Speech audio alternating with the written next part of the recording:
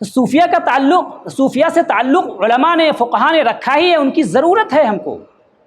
اس لیے کہ ہمارے دشمن ہیں، ہم کو گھیرے ہوئے ہیں، نفس گھیرے ہوئے ہے، شیطان کے ہم نرغے میں ہیں، دنیا کے نرغے میں ہیں، ہم دنیا کی چیزوں کے نرغے میں ہیں۔ شیخ کا کام ہی یہ ہے کہ وہ طفل نفسانی کو قتل کرے گا، طفل نفسانی کو قتل کرے گا، تب اس کے اندر سے طفل روحانی پیدا ہوگا۔ شیخ کا کام ہی یہ ہے کہ ہماری خواہشات کی کشتی کو وہ توڑے گا، اس کا کام ہی یہی ہے۔ شیخ کا کام ہی یہ ہے کہ وہ ہماری جو سلوک کی دیوار ہے، قرب اللہ کے راستے میں جو ہم چل رہے ہیں، جو عمارت قائم کر رہے ہیں، اس عمارت کو استقامت عطا کرے گا، اس کو سیدھی کرے گا۔ وہ یہ کام ہی ہوتا ہے، جو بھی خضر وقت ہوگا اس کا یہ کام ہی ہے، اس کی یہ ذمہ داری ہی ہے، اس کا یہ مشن ہی ہے۔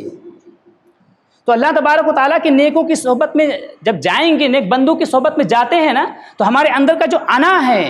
ہمارے اندر کا جو کبر ہے وہ ختم ہوتا ہے اور تواضع پیدا ہوتا ہے۔ اور جب تک علم، عبادت اور تواضع کی تسلیس نہیں پیدا ہوگی، علم، عبادت اور تواضع کی تسلیس نہیں پیدا ہوگی، جب تک یہ تین چیزیں نہیں پیدا ہوں گی، اس وقت تک ہم صاحب کمال نہیں ہو سکتے، کیونکہ یہ کبر جو ہے نا، یہ آسانی سے نہیں نکلتا۔ کسی کی بارگاہ میں جا کے اپنی پیشانی جھکائیں گے، کسی کی بارگاہ میں جبین نیاز خم کریں گے، تبھی جا کر کے یہ مصیبت نکلے گی۔ اسی لیے بزرگان دین نے فرمایا کہ آخر ما یخرج من رؤوس الصدیقین حب الجاہ، کہ سب سے آخر میں جاہ و مرتبہ، جو کہ کبر کا ہی ایک حصہ ہے، جاہ و مرتبے کی محبت سب سے آخر میں صدیقین کے سروں سے یہ سودا نکلتا ہے۔ جب صدیقین کے سروں سے یہ سودا نکلتا ہے سب سے آخر میں، ہم آپ یہ کس گنتی میں، کس شمار میں؟ تو اولیاء اللہ کی ضرورت ہے، اور علم جو ہے ہمارے لیے حجاب بنتا ہے، اولیاء اللہ کی بارگاہ میں جانے سے ہم کو روکتا ہے۔